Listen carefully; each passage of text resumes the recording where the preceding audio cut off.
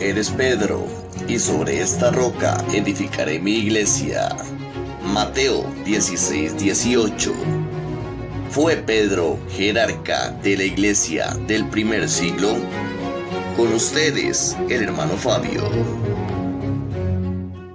La iglesia que está en Roma dice que es la iglesia que Jesús fundó sobre la roca que es Pedro, y que la iglesia del Señor es una iglesia jerárquica y que esa jerarquía se encuentra solo en la iglesia católica. Generalmente los creyentes no saben conversar estos temas con los católicos, y los católicos mucho menos saben conversar esos temas con un protestante, con un testigo de Jehová, con un adventista. Son temas de poco uso en realidad. Y los que pueden dar la cara con esos temas son, por ejemplo, sacerdotes, obispos, pero tampoco las dan. Se ven débiles en este tema porque el tema es complejo. Lo que pasa es que el hermano católico es guiado por dogmas y por tradiciones. Generalmente no tiene doctrina, sino tiene en la cabeza dogmas y tradiciones. Hay muchas tradiciones que más adelante las voy a ir comentando en estos programas. Ahora voy a citarme en el tema de si Pedro es la roca, y después si Pedro es la roca, si el Papa es el sucesor de Pedro. Dice Mateo 16:18. Mas yo también te digo que tú eres Pedro, y sobre esa roca edificaré mi iglesia, y las puertas del Hades no prevalecerán contra ella. Y a ti te daré las llaves del reino de los cielos, y todo lo que atéis en la tierra será atado en los cielos, y todo lo que desatéis en la tierra será desatado en los cielos. Aunque ya los hermanos católicos con esto ya estarían aplaudiendo de que esos textos señalan a Pedro como roca, nosotros vamos a hacer el ejercicio que siempre hacemos con las escrituras. Recuerde que el programa es examinando las escrituras para ver si las cosas son así, según Hechos 17:11. Un argumento muy fuerte que tiene un exégeta católico es que Pedro en arameo es Kefa, y Kefa es piedra. Y en realidad sí es cierto que Pedro es piedra. Pero también Pedro, se puede decir que Pedro también como piedra es piedra de tropiezo. Y yo sé que a ningún católico le va a gustar que le diga que Pedro es una piedra de tropiezo, pero sí, sin embargo así fue. En unos textos más adelante, Jesús le dice, 4 o 5 textos más adelante, Jesús le dice a Pedro: apártate de mí, Satanás, porque me eres piedra de tropiezo. Porque no pone la mira en las cosas de arriba, sino en la de los hombres. Entonces Pedro le fue a Jesús una piedra de tropiezo. Y si usted se pone a ver un pleito que Pablo tuvo con Pedro, en Gálatas dice Pablo que Pedro era piedra de tropiezo también. Bueno, pero aquí en Mateo 16:18 es la piedra que va a ser fundada la iglesia. Pero lo que tenemos que establecer es si es cierto que Mateo quiso decir eso. Como la Biblia es Mateo, Marcos, Lucas, todos los 4 evangelios, y en realidad toda la Biblia, son copias de copias de copias, más copias, más copias de copias, más copias de copias, y miles y miles y millones de copias. No tenemos un Mateo original. No existe un Mateo original. Y generalmente los escritos que tenemos de Mateo y los demás libros del Nuevo Testamento generalmente son en griego. No hay generalmente textos en hebreo. ¿Qué es lo que pasa entonces? Que tenemos 2 códices muy importantes, 2 códices sobresalientes. Uno es el Códice Vaticano, muy importante. Otro es el Códice Sinaítico, importantísimo también. Además tenemos el Códice de Alepo, Códice de Alejandrino y muchos más códices. Pero ahorita para mencionar solamente códices vaticanos y códices sinaíticos. El códice vaticanos, que es en mayúscula, dice Petra, tú eres Petra, y sobre esta roca edificaré mi iglesia. Y Petra significa piedra, en singular. El códice vaticano tiene Petra en singular, pero el códice sinaítico tiene Petron, plural. Tú eres Pedro y sobre estas piedras edificaré mi iglesia. Entonces son dos códices que uno singulariza y otro pluraliza. ¿A cuál códice le vamos a dar la razón nosotros? Para darle la razón a un códice nosotros debemos de hacer ejercicio bíblico, porque si no, no podemos establecer la verdad. Y en asuntos bíblicos hay muchas interpretaciones y, por cierto, muy erróneas. Nosotros tenemos que ajustarnos a la interpretación más correcta. No vamos a ponernos a inventar una interpretación, para nada. Todo está escrito. El que se pone a inventar es porque no tiene mucho que decir. El que se pone a leer lo que está escrito está haciendo lo correcto, y nosotros vamos a hacer el ejercicio de ver qué es lo que dice la Biblia. Por ejemplo, en Hechos, Jesús es la piedra desechada por los edificadores, que ha venido a ser piedra del ángulo. Pregunto, ¿la piedra que fue desechada por los edificadores fue Pedro? No, dice que fue Jesús. Jesús es la piedra que fue desechada por los edificadores y no Pedro. Pedro dice algo muy importante en 1 de Pedro 2:4. Ustedes son piedras vivas que Dios está usando para construir un templo espiritual. Por lo tanto, acérquense a Jesucristo, pues es la piedra viva que la gente desecha. Pedro mismo dice que Jesús, no dice que Él es la piedra, que se acerquen a Él, dicen acercaos a Jesús, piedra viva, y además dice que todos nosotros los que aceptamos el mensaje de Jesús somos piedras vivas, y nosotros no nos llamamos Pedro, además yo me llamo Fabio, y usted se llama Sofía, y usted se llama Tulay, y usted se llama allá Daniel, usted se llama José, los que nos observan, don Nelson Moya, don Alan Ríos, y ustedes no son Pedro. Sin embargo, ustedes son piedras preciosas. Todos ustedes que me observan, ustedes son piedras preciosas y no son Pedro. Pero sin embargo, aunque aquel era Pedro, le dijo tú eres Pedro y sobre esta roca edificaré mi iglesia, entonces nosotros tenemos que dar el sentido a lo que la Biblia quiere decir. Apocalipsis 21:9 dice, los cimientos de la ciudad estaban adornados con toda clase de piedras preciosas. Ve, el edificio está hecho por medio de piedras. El fundamento de ese edificio es Jesucristo. Es la principal piedra del ángulo, no es Pedro, no es el Papa que está en Roma. Mateo 28:16 dice, así que el Señor Dios, he aquí pongo el fundamento, dice en Roma, en el Vaticano, no, dice en Sión, una piedra aprobada, angular, preciosa, fundamental, bien colocada. El que cree en él no se perturbará, el que cree en él no se avergonzará. Si usted cree que Pedro es la piedra, se va a avergonzar, pero si usted cree que Jesús es la roca, no se va a avergonzar.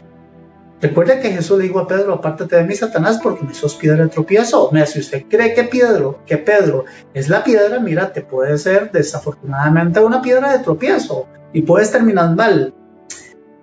Job 38 dice, sobre quién se sientan las basas o quién puso su piedra angular. La piedra angular es Cristo. Es Cristo en nosotros, la esperanza de gloria. Ahora vea Efesios 2:20, usted en su casa vea.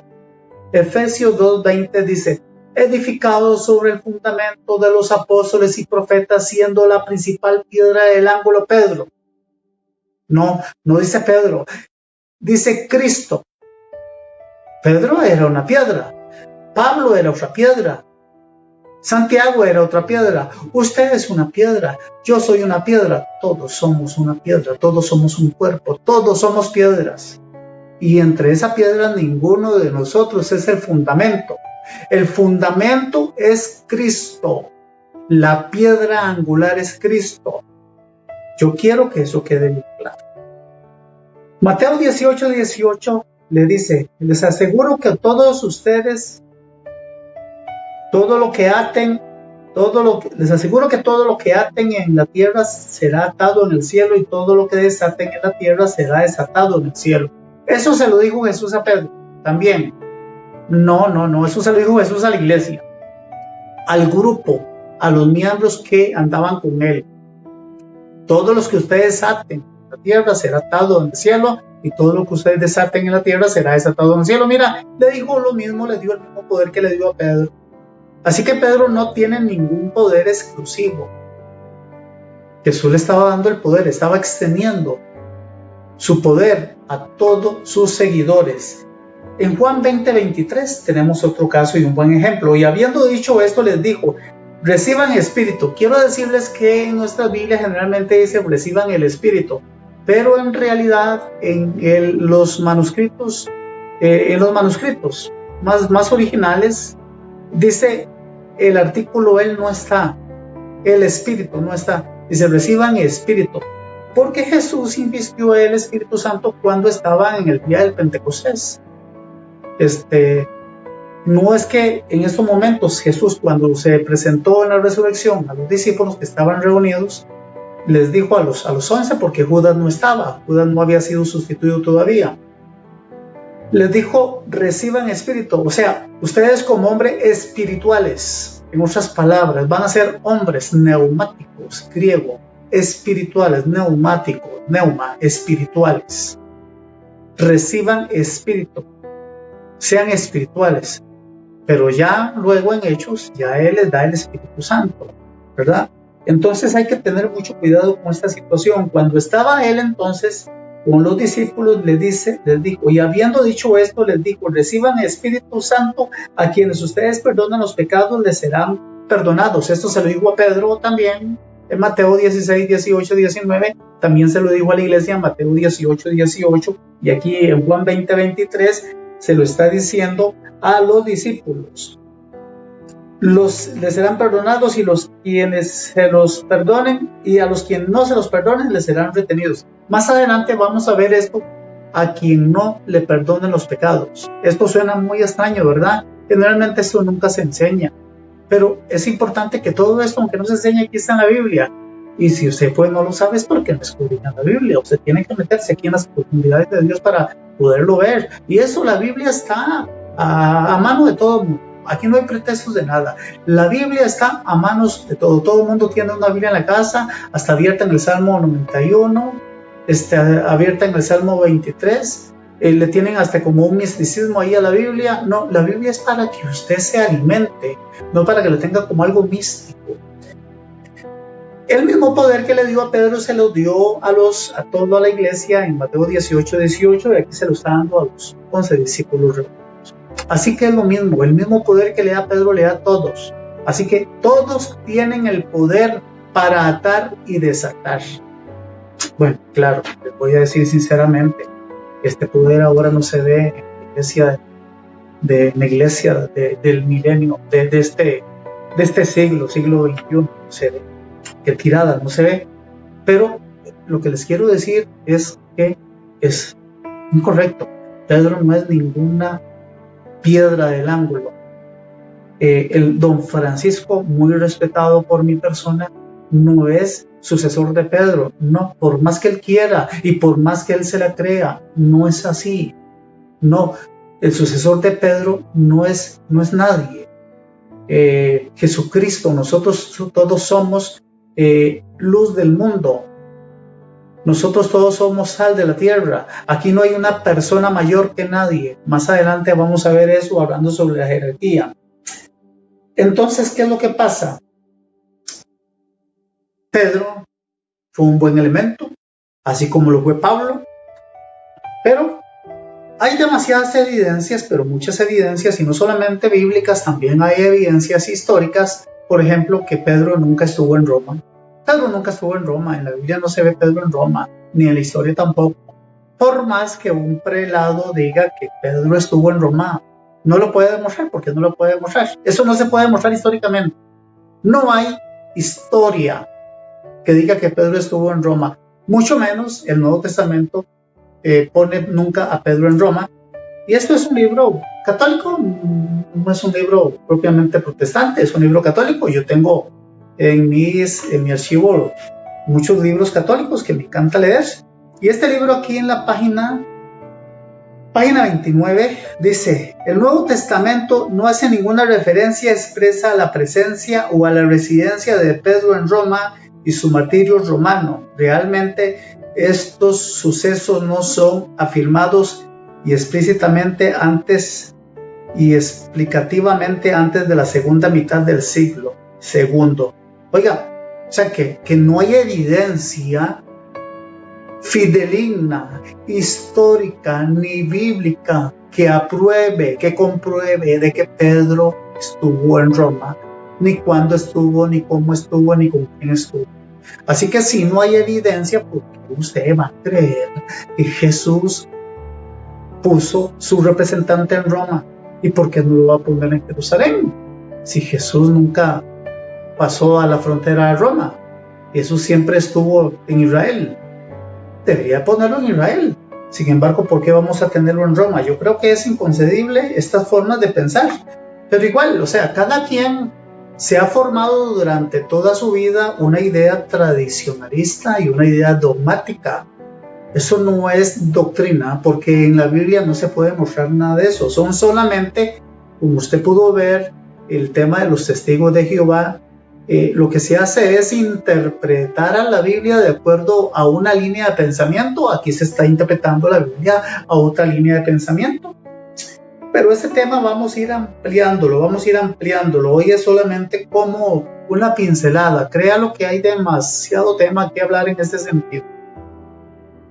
Por ahora, yo quiero dejarlos descansar o trabajar. Que disfruten con sus familias. Fue un agradable gusto estar de nuevo con ustedes. Seguimos con el tema de si Cristo fundó una iglesia jerárquica y que esa jerarquía se encuentra solamente en la iglesia católica. Por ahora, que Dios los bendiga. Esto fue Escudriñando la Biblia con el hermano Fabio. Les esperamos en la siguiente edición.